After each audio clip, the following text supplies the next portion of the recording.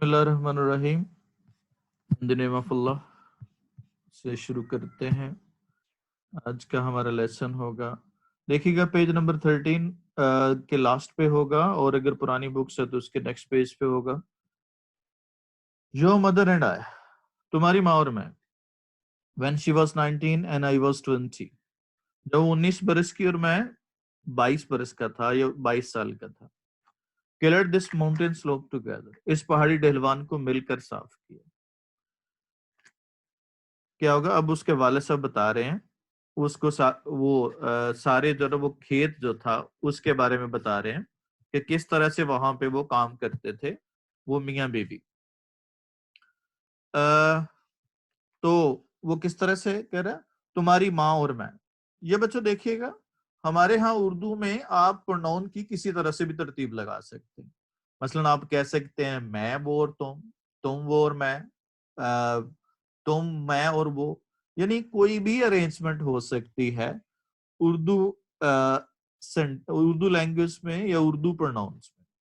लेकिन जब हम इंग्लिश की बात करते हैं तो सर्टन एक प्रोसेस है जिसमें जो ना वो क्या होगा, इसमें हम एक खास तरतीब से जो हम सिर्फ बात कर सकते हैं या खास तरतीब से प्रोनाउन को अरेंज करते हैं। वो प्रोनाउन की तरतीब हम जरा देखिएगा, ये आपके सामने ऑर्डर ऑफ प्रोनाउन है। ये अच्छी बात करनी हो तो 2-3-1 होगा, यानी सेकंड पर्सन, थर्ड पर्सन और फर्स्ट पर्सन। मसलन you he and I are reading our lesson, ये नॉर्मल है, इमोरल नहीं है। कोई अगर इमोरल बात हो तो तरतीब चेंज हो जाएगी, 1-3-2। पहले अपने आप को लिखना है, फिर 3 और फिर लास्ट पे सेकंड। जैसे अगर आपने कहना चीट, हम धोखेबाज हैं, तो आई ही एंड यू आर चीट, तो फिर ये तरतीब इस तरह से होगी। अगर प्लूरल हैं सारे के सारे, वी यू एंड दे, तो फिर 1-2-3 की तरतीब होगी, यानी पहले फर्स्ट पर्सन, फिर सेकंड पर्सन और फिर थर्ड पर्सन। अगर सेम पर्सन है, सेम पर्सन जाहिर है ये थर्ड पर्सन में होते हैं, क्योंकि सेम पर्सन में नाम भी हो सकता है और उसकी जगह प्रोनाउन भी, साथ प्रोनाउन भी हो सकता है।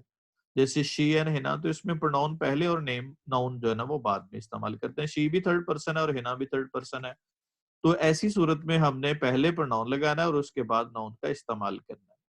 तो ये प्रोनाउन की अरेंजमेंट होती है जब भी आप क्या करते हैं, ये हम इस्तेमाल करते हैं, ये तरतीब इस्तेमाल करेंगे। तो जब मैं तर्जुमा एक दफा फिर से कर रहा हूँ, तुम्हारी माँ और मैं, जब वो 19 बरस की और मैं 22 साल का था, इस पहाड़ी ढलवान को मिलकर साफ किया।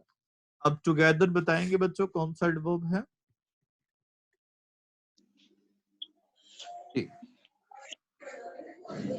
Adverb of Adverb of manner. Manner Adverb है। of manner. ये बता रहा है, टुगेदर क्या बता रहा है कि हम काम कैसे किया करते थे। तो ऐसी सूरत में इसको हम क्या कहेंगे, एडवर्ब ऑफ मैनर है। तो एडवर्ब ऑफ मैनर किस सवाल का जवाब देता है, ये काम कैसे हुआ है।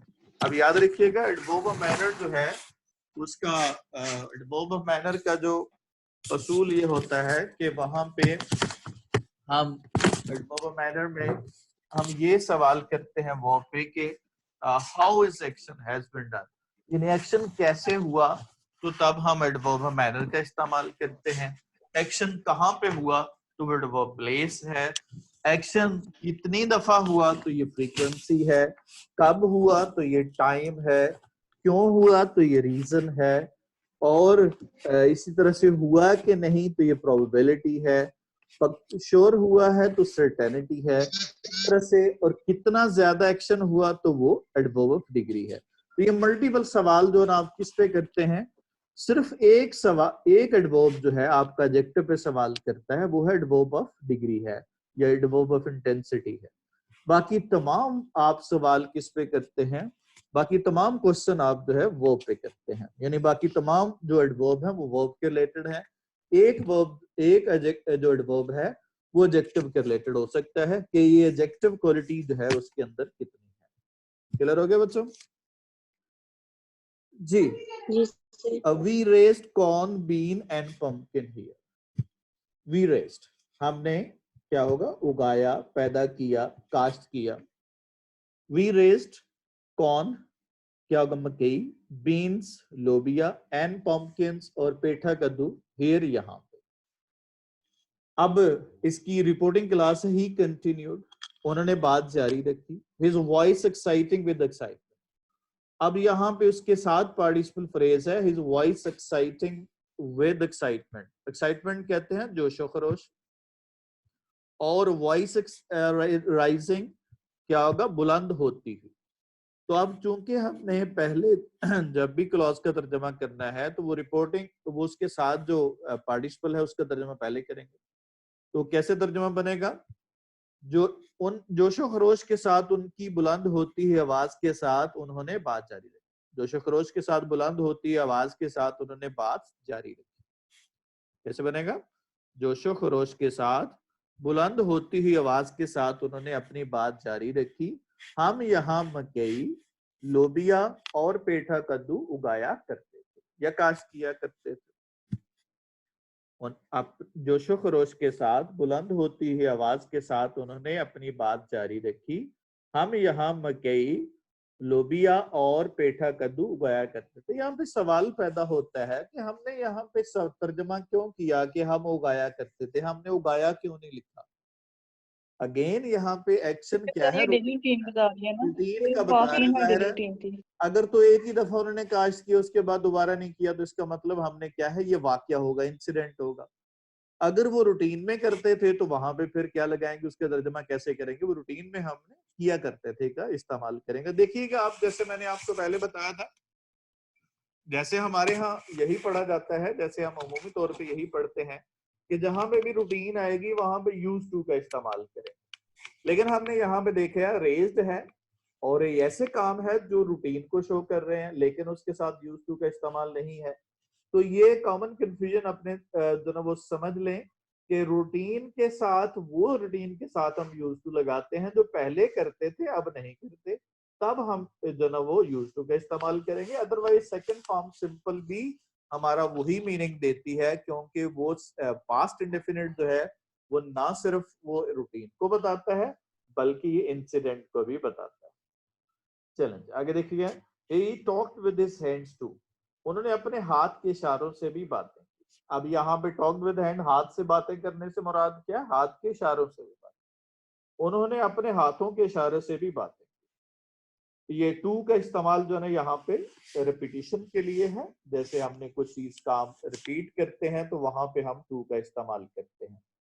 जैसे I have attended the lecture, क्या होगा? Ellie has attended too, Ellie ने भी लेक्चर ले लिया है, तो वहां पे हम टू का इस्तेमाल करते हैं। ये too double T double O too repetition के लिए है और ये हमेशा कहाँ पे यूज होता है? एंड ऑफ द सेंटेंस पे। और इसकी जगह पे एज वेल भी लगा सकते हैं, लेकिन आल्सो लगाना हो तो आल्सो एंड पे नहीं होगा, वो वर्ब से पहले आता है। Those were the days. अब वैसे जाहिरी तौर पे तर्जमा करें, इसका तर्जमा बनता है वो दिन थे। इसका मतलब अब रातें हैं, वो दिन थे, आजकल रातें हैं। ये मीनिंगफुल नहीं होगा। यहाँ पे तर्जमा करते हुए जरा सेंसिबली तर्जमा करना है कि वो मीनिंगफुल हो जाए। क्या तर्जमा करेंगे? वो दिन अच्छे थे, वो उम्दा दिन थे या वो दिन अच्छे थे। दिस वॉजंट द लैंड, ये वो जमीन नहीं थी या वैसी जमीन नहीं थी। यहाँ पे द लैंड है। स्पेसिफिक जब कर रहा है तो वहां पे क्या यूज कर रहा है? वो द का इस्तेमाल कर। ये वो जमीन नहीं थी one had to build up, जिसे किसी को तैयार करना पड़ता। ये वैसी जमीन नहीं थी जिसे किसी को तैयार करना पड़ता है। जब कोई किसी को लाजमी काम करना हो, नेसेसिटी के लिए क्या यूज करते हैं? हम हैड टू का इस्तेमाल करते हैं। ये वैसी जमीन नहीं थी जो किसी को तैयार करना पड़ती। अभी काम करना है तो हैज टू हैव टू का इस्तेमाल करेंगे, नेसेसिटी है। और पास्ट में काम करना था तो हैड टू का इस्तेमाल करेंगे। अभी नहीं करना है तो डोंट हैव टू का इस्तेमाल करेंगे, डजंट हैव टू। और पास्ट में नहीं करना था तो क्या होगा? डिडंट हैव टू का इस्तेमाल।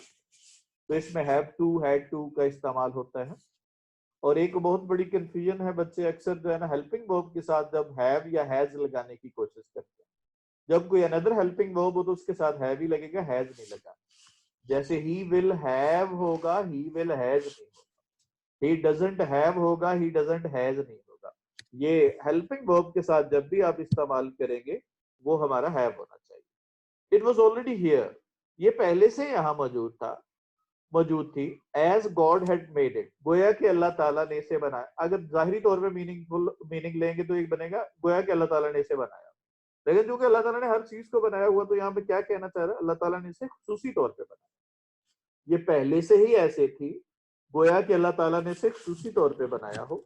And we had to do was to kill the tree, और हमें महज दरख्तों को साफ करना था, एंड बर्न द बुश, और झाड़ियों को जलाना, और हमें महज दरख्तों को साफ करना था और झाड़ियों को जलाना था।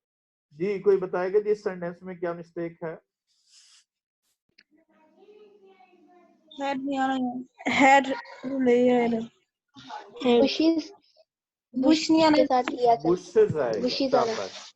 क्योंकि यहाँ पे आप क्या है, एक बुश थी जिसको जलाया था या मल्टीपल बुशेस थी वहां पे?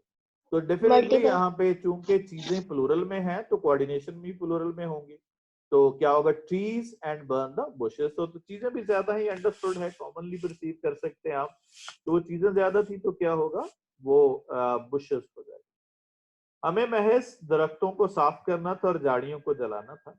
आई ploughed this mountain with the cattle, मैंने हल चलाया। प्लाउड का मतलब होता है हल चलाना। विद कैटल, मवेशियों के साथ, वो द फर्स्ट टाइम, पहली मर्तबा, इट वाज एवर प्लाउड, जब भी इसमें हल चलाया गया। इसमें जब भी हल चलाया गया वो मैंने, अब चूंकि as it was ever ploughed ये स्ट्रेस कर रहा है, इसमें जब भी इस हल चलाया गया वो मैंने ही, पहली मर्तबा इसमें जब भी हल चलाया गया वो मैंने, लास्ट पे चले जाए, विद कैटल, मवेशियों के साथ इस पहाड़ पर हल चलाया। क्या होगा, इस जब पहली मर्तबा जब भी इस पर हल चला, इस पहाड़ पर हल चला, वो मैंने मवेशियों के साथ हल चलाया। पुराने जमाने में आपको पता, फार्मिंग जो है ना वो कैटल के साथ होती थी, जो जानवर इस्तेमाल किए जाते थे। आजकल ट्रैक्टर या दूसरे मीन्स हैं जो इस्तेमाल किए जाते हैं, पुराने जमाने में ये कैटल के साथ होते थे। कैटल जो है ना, बताएंगे जी कौन सा नाउन है, बेस्ट टाइप ऑफ नाउन है, कलेक्टिव नाउन है। कलेक्टिव नाउन क्या होता है, जो किसी ग्रुप को जाहिर करता है। और कैटल के पर्टिकुलर इस्तेमाल में याद रखना है, अक्सर बच्चे इसको लिखते हुए कैटल्स लगा देते हैं, क्योंकि हमारे जहन में होता है कि जो भी प्लूरल होगा उसके साथ एस लगाना जरूरी है। तो ये कैटल ऑलरेडी प्लूरल है, क्योंकि ये ज्यादा एंटिटीज को शो करता है। ये उन नाउन, कलेक्टिव नाउन में से है जो हमेशा प्लूरल इस्तेमाल करते हैं, जैसे पीपल है, कैटल है, जेंट्री है, फॉक है, ये कुछ नाउन्स हैं जिनको हम हमेशा प्लूरल इस्तेमाल करते हैं। इसको द कैटल इज ग्रेजिंग होगा या कैटल आर ग्रेजिंग होगा, ये आर ग्रेजिंग होगा। और उसकी जगह प्रोनाउन भी, ये प्रोनाउन के साथ एग्रीमेंट भी देखना है कि प्रोनाउन अगर आ जाए, the cattle are grazing, it is owned by mister Shafi या they are owned by mister Shafi, they are owned. तो ये प्रोनाउन के साथ एग्रीमेंट भी देखना है कि प्रोनाउन के साथ भी एग्री करना चाहिए नाउन को, और वर्ब के साथ भी एग्री करना चाहिए। And we raised more than a barrel of corn to the shock, और हमने उगाया या हासिल उगाया, more than a barrel, barrel कहते हैं, बैरल ड्रम को कहते हैं, जिसको हम पंजाबी में ड्रम कहते हैं। बैरल से मुराद ये कनस्तर कह सकते हैं आप, उर्दू में इसका इक्विवेलेंट वर्ड जो है कनस्तर है, जिसको आप पहले तो आप लोगों ने देखा होगा, आप लोग पैकेट के दौर के हैं, पुराने जमाने में पीपे होते थे जो घी वाले, उसको कनस्तर कहते हैं।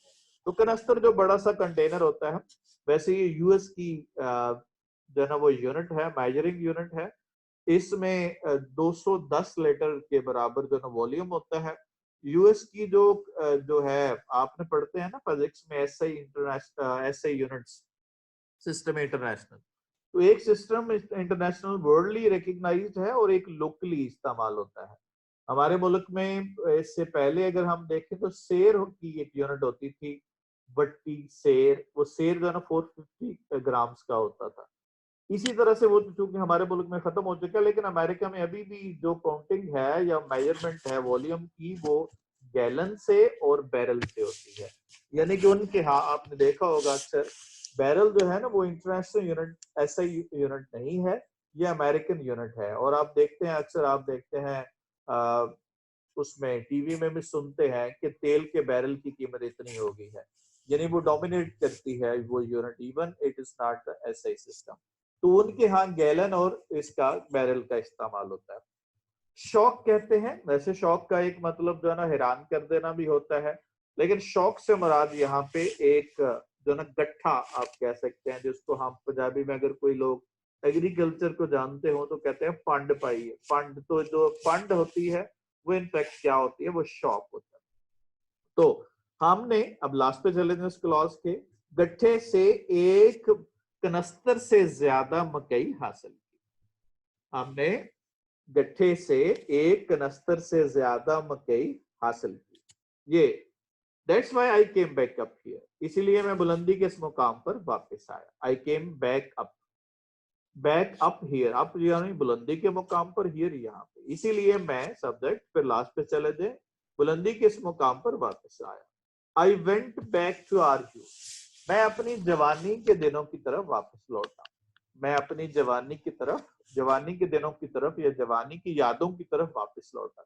ये सेंसिबली तर्जमा करना है आपने, ये नहीं मैं अपनी जवानी की तरफ वापस आया, यानी मतलब यहाँ पे क्या कहना चाह रहा है कि मैं अपनी जवानी की यादों की तरफ वापस आया, जवानी के क्या होगा, दौर की तरफ वापस आया या आता हूँ, बल्कि आया। अब यहाँ पे इस सेंटेंस में जो है ना वो एग्रीमेंट मिस्टेक है जी, कोई बताएगा कौन सी है? जी My youth. क्या होगा? माई यूथ होगा। क्यों? हमारा सब्जेक्ट क्या है? आय है, और उसी के हिसाब से हमने प्रोनाउन के एग्रीमेंट करना है, तो आय के हिसाब से क्या होगा? माई यूथ होगा। या आर यूथ नहीं हो सकता, अगर आर यूथ लगाना है तो फिर इसके साथ कोई और प्रोनाउन लगाना पड़ेगा, आई एंड यू, फिर इस तरह से होगा। And this was the only land left like that, और ये इस तरह से बच रहने वाली या बचने वाली वह जमीन, ये इस तरह से बच जाने वाली वह जमीन। एंड दिस ही ब्रैग, उन्होंने फखरी अंदाज से कहा। ब्रैग का मतलब क्या होता है? मुबालगराई करना, एग्जैजरेट करना, बढ़ा चढ़ा के पेश करना। Regardless of my 3 scores years and 10, regardless का मतलब बावजूद, in spite of, irrespective of, despite of. 3 scores years and 10 कल मैंने बताया था कि 70 साल को कहते हैं। आई प्लाउड इट, मैंने इसमें हल चलाया। तो पहले आपने रिपोर्टिंग क्लास, यहाँ पे कितनी रिपोर्टेड क्लासेस हैं जी, आप बता सकते हैं? जी बताओ, how many reported classes are there? 2 class 2 जी, यहाँ पे 2 क्लॉजेस हैं, एंड जेस और regardless of my 3 scores years and 10 I ploughed it. तो ये दोनों के इकट्ठा कर देंगे जब भी आपने तर्जमा करते हैं उर्दू में, तो आप पहले रिपोर्टिंग क्लास फिर दोनों रिपोर्टेड को इकट्ठा कर देंगे। और आप कॉमा की पोजीशन भी देख रहे हैं, ब्रैक के बाद कॉमा लगाया और एंड पे जाके फुल स्टॉप इस्तेमाल किया।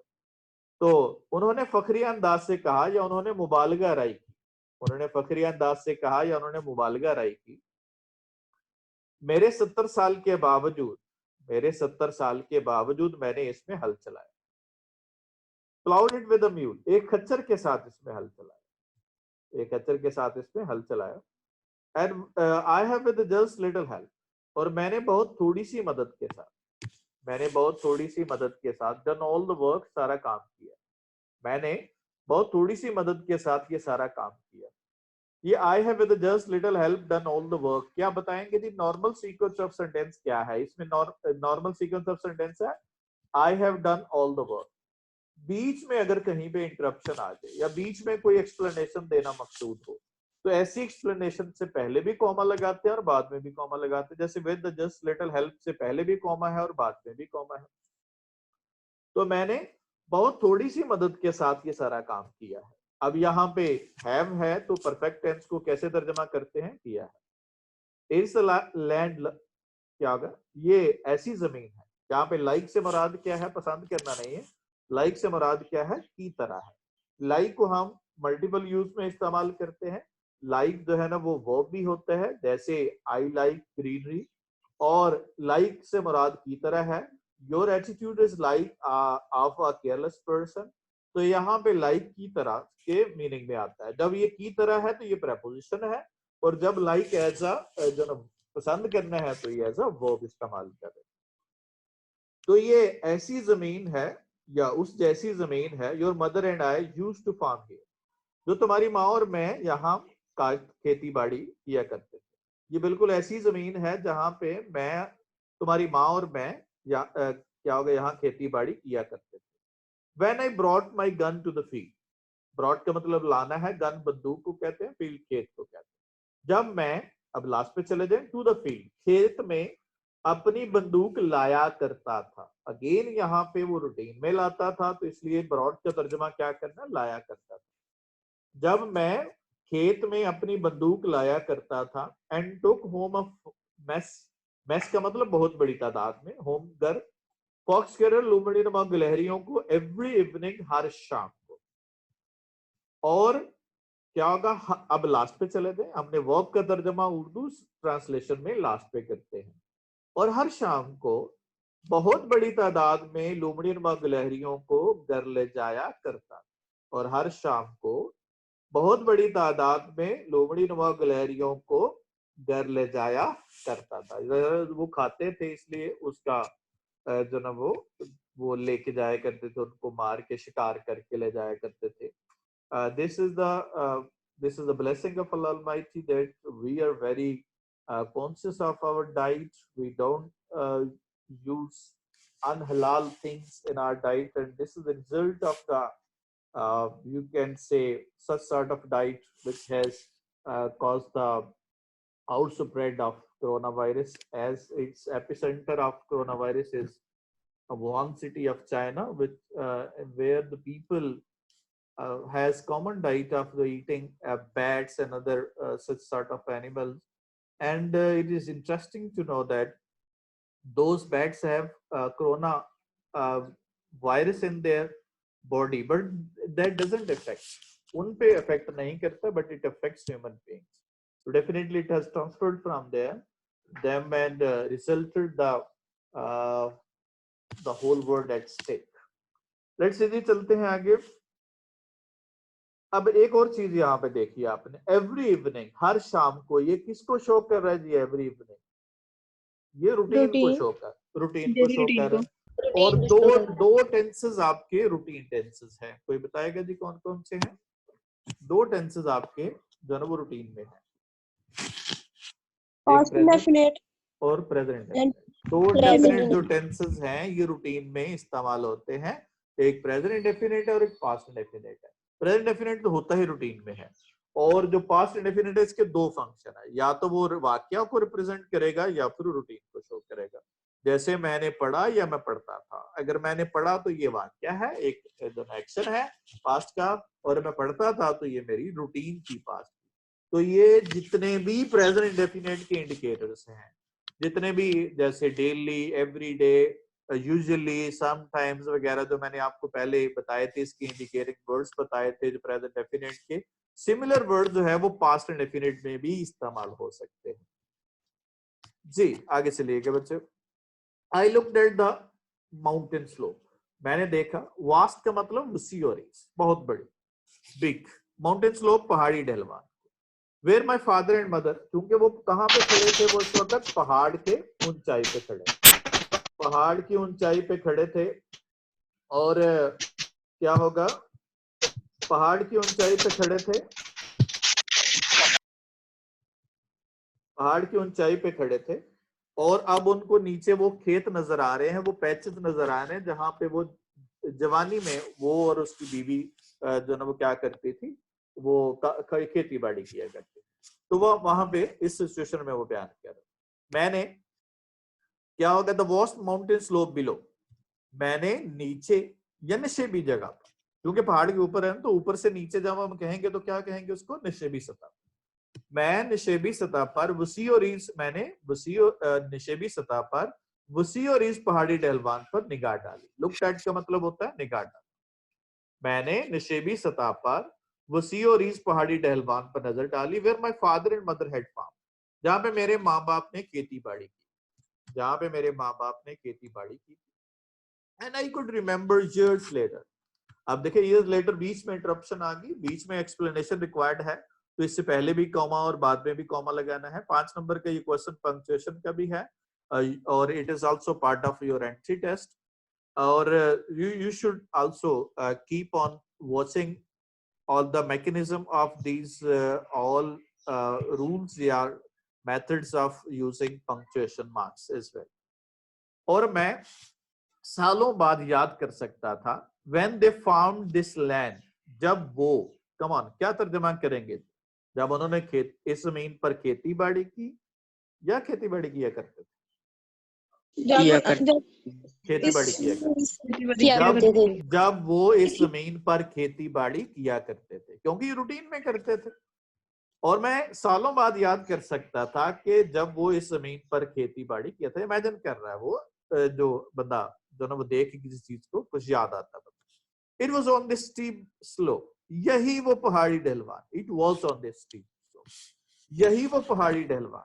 ये हम स्ट्रेस देने के लिए हम एक क्लॉज पे जो ना बाइफरकेट कर लेते हैं, वहां पे हम इट वाज इट इज का इस्तेमाल करते हैं। ये जरा समझिएगा किस तरह से हम इसको इस्तेमाल करते हैं। फर्ज करो हमने सेंटेंस बनाना है जी, कायदे आजम ने पाकिस्तान बनाया, क्या इंग्लिश होगी? कायदे आजम एस्टेब्लिश्ड पाकिस्तान। चले हम मैं सेंटेंस को जरा डिफरेंट तरीके से, मैंने कायदे आजम पे जोर देना है, तो मैं कायदे आजम पे जोर देते हुए कहता हूं कि ये कायदे आजम ही थे जिन्होंने पाकिस्तान बनाया। फिर क्या? It was Quaid-e-Azam who established Pakistan. शाबाश, वेरी गुड, इट वाज कायदे आजम हु एस्टैब्लिश्ड पाकिस्तान। अब यहाँ पे मैंने किस पे स्ट्रेस किया, इट वाज लेके कायदे आजम पे। तो यहाँ पे ये हम इसको हम कलेक्ट क्लॉज कहते हैं कि जहां पे हमने किसी चीज पे स्ट्रेस करना हो तो हम दो तरह से वो स्ट्रेस करते हैं, एक इट इज के साथ करते हैं और एक इट वाज के साथ करते हैं। ये सभी एक्सप्रेशन में सेम होगा, चाहे वो बंदे ज्यादा हों।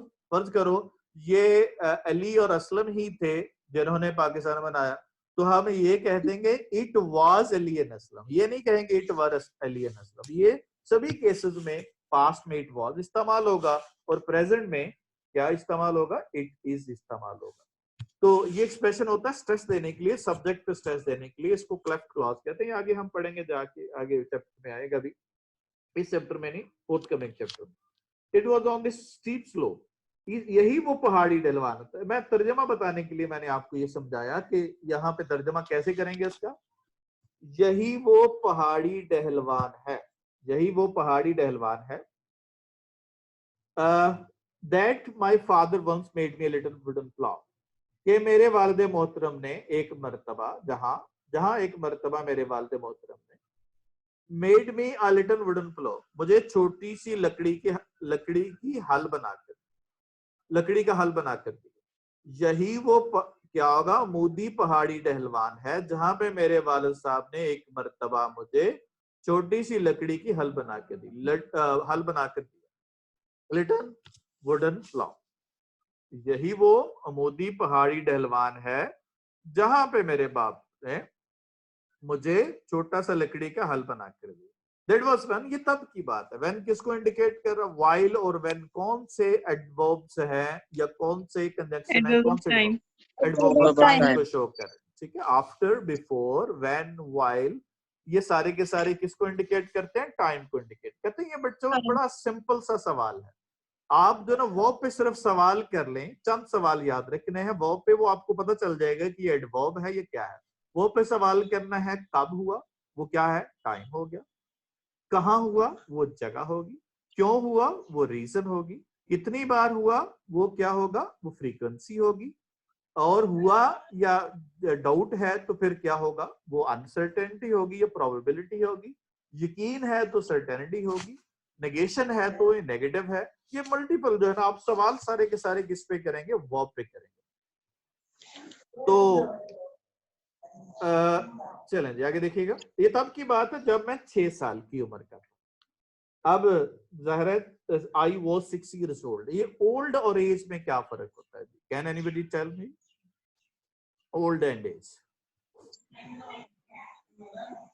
ओल्ड, जब हम किसी की एज के बारे में बात करेंगे तब हम ओल्ड यूज करेंगे, और अगर हम सिंपल किसी भी सेंटेंस में एज उम्र का वर्ड, अगर मैं कहूँ he is of 30 years old या एज?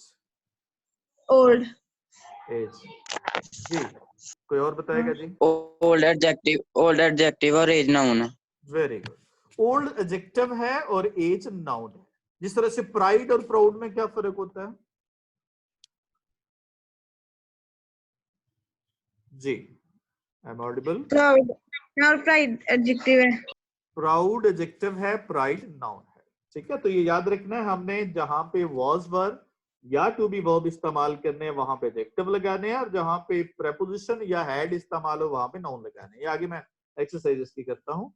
दैट वाज व्हेन, ये तब की बात है, आई वाज 6 years old, जब ये मैं 6 साल की उम्र का था। And they brought me to field to thin corn, मुझे लाया करते थे टू द फील्ड, खेत में, टू थिन कॉर्न, क्या होगा, मकई की फसल को काट छांट करने के लिए या गोडी करने के लिए। थिन से मुराद होता है काट छांट करना। ये गैर जरूरी जड़ी बूटियां जो तलफ करते हैं, ये हमने हमारे पंजाब में ये कॉमन आप देखते हैं कि वो जब फसल हो जाती है तो उसके बाद उसमें से वो चीजें निकालते हैं, वो फसल में से वो निकालते हैं जड़ी बूटियां, तो तलफ करते हैं। इसको हम थिन कॉर्न कहते हैं। थिन का मतलब पतला है, ये एडजेक्टिव है, लेकिन थिन से मुराद यहाँ पे टू के साथ लगा, तो यहाँ पे ये क्या है, एज अ वर्ब इस्तेमाल हो रहा है।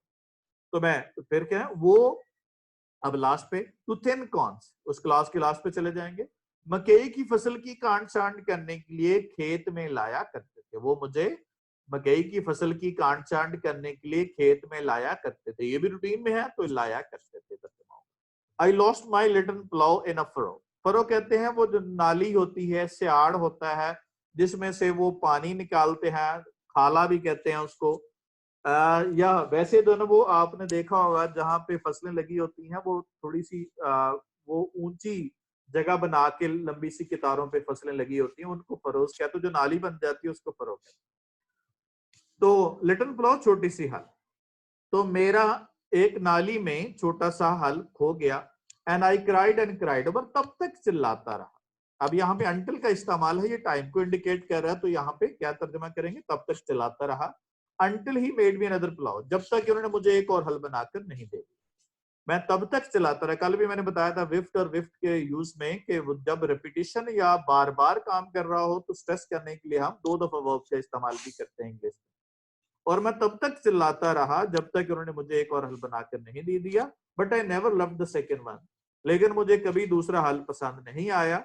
As I loved the first one, जितना मुझे पहले वाला पसंद था।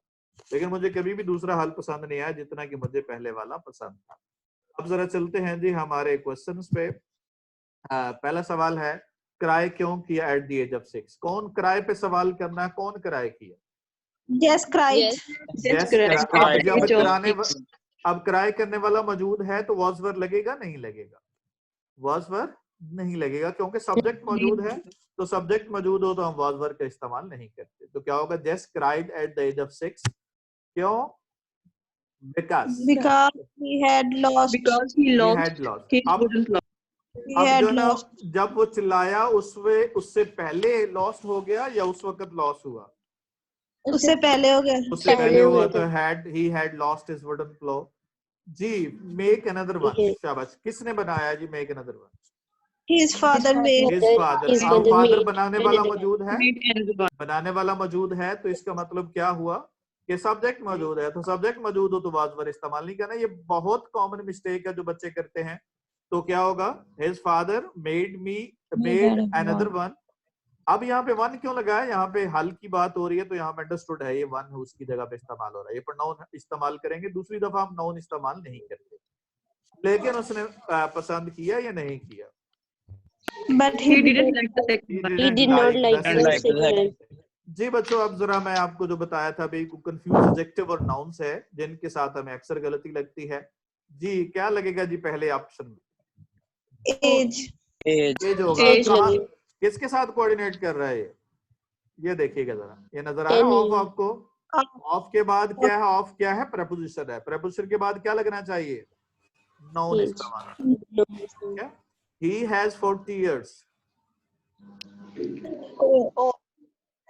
ये भी एज होगा। अब देखिए हैज के साथ क्या लगाना है हमने? एज इस्तेमाल करना। और अगर इज ओल्ड होगा, क्योंकि यहाँ पे किसके साथ है? इज के साथ इस्तेमाल किया। तो इसके साथ हम एडजेक्टिव इस्तेमाल करते हैं। और ऊपर जो आपके सामने दो ऑप्शन आए, हैज के साथ जो है ना वो क्या है, नाउन है, ऑफ के बाद प्रेपोजिशन के बाद भी नाउन।